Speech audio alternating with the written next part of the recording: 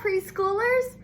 I just got back from the post office. I just mailed out 20 envelopes with all of your names on them. So all of you, it'll probably be early next week. We'll be getting a letter in the mail from me with a special surprise in it. So I'm going to read you a story that will make more sense after you get the envelope. And you might not all get it on the same day. It might take a little bit longer for some friends. So this story is called Flat Stanley Goes Camping. And I don't have a big version. This is the only Flat Stanley book I have. So this is just a clue as to what I'm sending out. So, Flat Stanley Goes Camping. Stanley Lambchop lived with his mother, his father, and his little brother Arthur. Stanley was 4 feet tall and about a foot wide, and half an inch thick. He had been flat ever since a bulletin board fell on him. There were lots of good things about being flat. Stanley could put on sunscreen in one swipe. Stanley had the best back float at the pool. Stanley had the loudest belly flop too. But sometimes it was hard being the only flat kid in town. "I'm sick of being flat," said Stanley one morning. "Flat is lame." "Lame," said Mrs. Lambchop. "Why, some of the best things in the world are flat." "Like the newspaper," said Mr. Lambchop. "And fried eggs, and pancakes, and bacon," said Arthur. "I guess so," said Stanley. After breakfast, Mr. Lambchop started loading up the car with tents and sleeping bags. "What's going on?" asked Arthur. "We're going camping," said Mrs. Lambchop. "This family needs some fresh air." "All right," yelled Arthur. Stanley barely smiled. Maybe some of you are going to go camping because campgrounds are going to be opening. After a short drive, the Lambchops arrived at the Roarin' River campground. Stanley was helpful as usual. He helped carry firewood. Do you see how he's helping because he's flat? Stanley blocked the wind so his mother could start a fire. But Stanley just wasn't himself. He wouldn't even eat any s'mores. Too flat. Do you remember when we made s'mores in class? That was a lot of fun. "Why don't you two go exploring?" suggested Mr. Lambchop. "Good idea," said Mrs. Lambchop. "Just don't get lost or fall off of a cliff or touch any poison ivy. Have fun, dears." Stanley and Arthur set out. "Hey, animal tracks," said Arthur. "Let's follow them."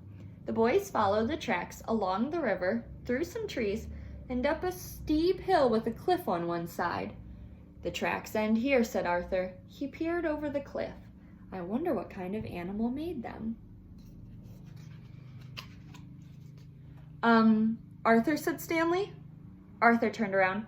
"Skunk," he whispered. "Let's get out of here." But the boys were trapped. The skunk was on one side, and the cliff was on the other. Then the skunk raised its tail. "What do we do?" Arthur wailed. "Mom said not to fall off a cliff," said Stanley. "She didn't say not to jump off." "Oh no, that doesn't sound like a good idea."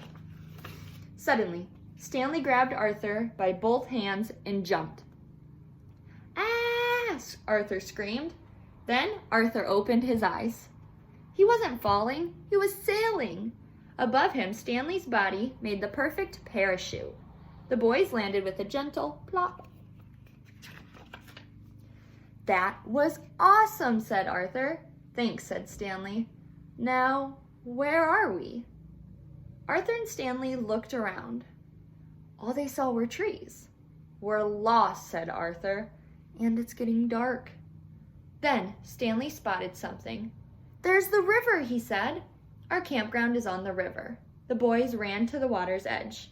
About a mile downstream, there were 2 cozy Lambchop tents. Do you see the tents? "What can we do?" It will be dark before we can walk that far, said Arthur. I know, said Stanley. Stanley got a running start and belly flopped onto the river. Splash! Then he flipped over onto his back. Climb on! Woohoo! Cried Arthur. I've always wanted to go rafting, so now Stanley is a raft. Arthur and Stanley made it back to camp, drippy but safe. Let's keep this to ourselves, said Stanley. I can't believe we got lost and went off a cliff, Arthur said. At least we didn't touch poison ivy. There you are, said Mrs. Lambchop, just in time for supper. That night, Arthur whispered to Stanley from his sleeping bag, You know, if you weren't flat, you wouldn't have been able to save us today. Stanley smiled. Maybe being flat isn't so lame. And the next day, Stanley found out another good thing about being flat. He could put on poison ivy cream in one swipe. So this says, after each adventure, Flat Stanley uses his bulletin board to display mementos from his travels, such as pictures or souvenirs. And then it says that you can decorate this bulletin board, but since we're not at school, we can't do that.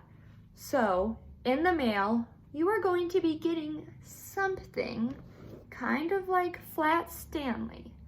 So, since I can't be with you guys in person, I can only be with you over video, I wanted a way to still be with you and to make memories with you.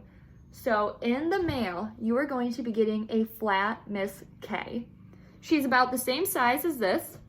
So I'm about this tall, and it's a Flat Miss K.